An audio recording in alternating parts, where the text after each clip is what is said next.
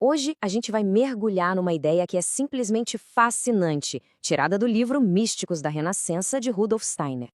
É sobre aquela busca, sabe? Uma busca por um tipo de conhecimento que vai muito além do que os nossos olhos conseguem ver. Uma sabedoria que, na verdade, vem de dentro. E o nosso ponto de partida é esse conselho super antigo: conhece-te a ti mesmo. Mas olha, isso não é só uma frase de efeito. É um convite real para a gente olhar para dentro e começar a questionar o que é, afinal, a nossa própria consciência.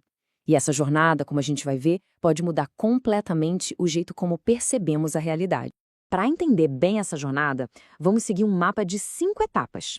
Cada uma delas vai nos levar, passo a passo, daquele sentimento de que estamos separados do mundo para um estado de unidade profunda. Vamos lá? Bom, tudo começa com um enigma que, de um jeito ou de outro, todo mundo sente. Aquela sensação de que existe um eu aqui dentro, olhando para um mundo que está lá fora, sabe? Como se a gente fosse só um espectador assistindo a um filme e não parte da cena. E é aqui que está a grande virada.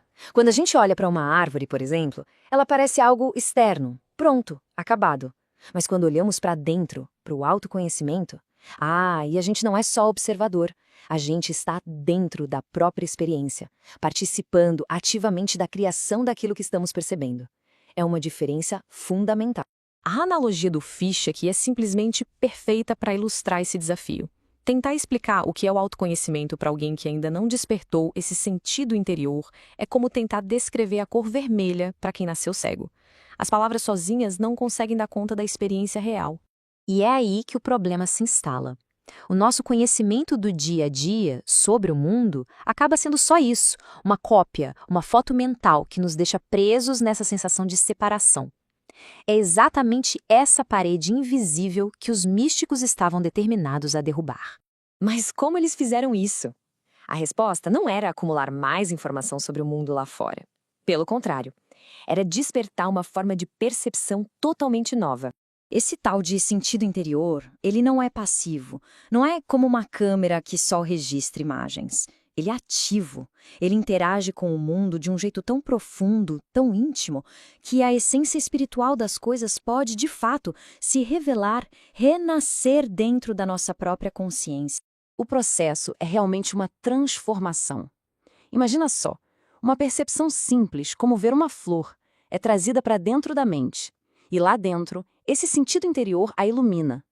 De repente, ela deixa de ser só um objeto e se torna uma realidade espiritual viva, revelando uma beleza que os olhos, sozinhos, jamais poderiam captar. E qual o objetivo final disso tudo? É curar essa fratura que a gente sente entre o nosso mundo interior e o mundo exterior. As imagens na nossa mente deixam de ser cópias e se tornam uma única e mesma coisa com a realidade. Elas se fundem num todo perfeito, harmonioso. E talvez ninguém tenha mapeado essa jornada interior com tanta precisão e poesia quanto o místico alemão Meister Eckhart.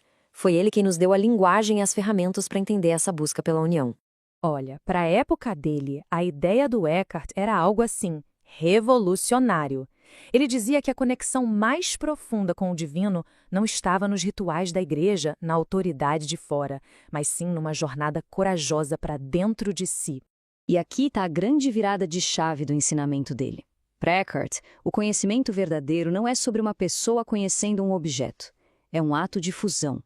É um momento em que a linha que separa quem conhece e o que é conhecido simplesmente desaparece. Ele chamou esse ponto de encontro de a pequena centelha da alma. Pensa nela como uma chama interior, um portal direto para a percepção divina. É o lugar mais íntimo do nosso ser, o ponto exato onde o humano e o divino se tocam. Essa metáfora da dobradiça é simplesmente genial. O nosso eu do dia a dia, com seus pensamentos, suas ações, é como a parte da porta que não para de se mover.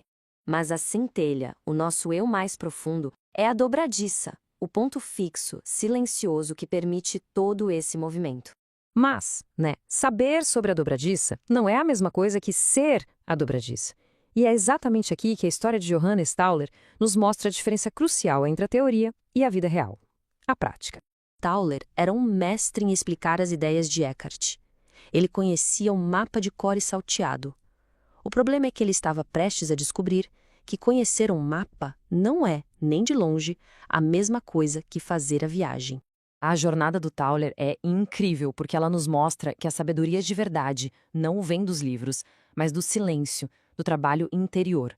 Foi só depois de transformar o que ele sabia em experiência vivida que as suas palavras ganharam o poder de realmente tocar a alma das pessoas.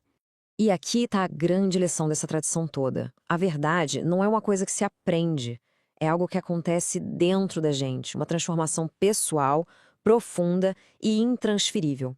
E assim a gente chega ao destino final dessa jornada. O que acontece, afinal, quando aquele muro entre o eu e o mundo finalmente desaba? Essa jornada interior nos leva a uma das perguntas mais importantes da existência. O que significa de verdade ser livre? A resposta dos místicos talvez possa nos surpreender. A diferença é sutil, mas é gigantesca. Na ação comum, a gente sente as regras como algo que nos prende por fora, mas na ação livre, aquela que nasce do autoconhecimento, nos tornamos um com essas regras. A lei não está mais sobre nós, ela flui de dentro de nós. É a nossa própria vontade em perfeita sintonia com o universo. E aqui chegamos ao ponto mais alto, mais ousado do pensamento místico, expresso por Ângelus Silesius. A ideia não é de passividade, é de participação essencial. A alma não é apenas um espelho do divino. Ela é uma participante ativa na própria existência de Deus. Então, a gente termina com essa pergunta para reflexão. E se a nossa consciência não for apenas uma espectadora da realidade? E se o nosso ato de conhecer, de nos tornarmos mais conscientes, for a forma como o próprio universo se completa? Se for assim, a jornada interior não é só sobre autoconhecimento, é sobre participar da própria criação do cosmos.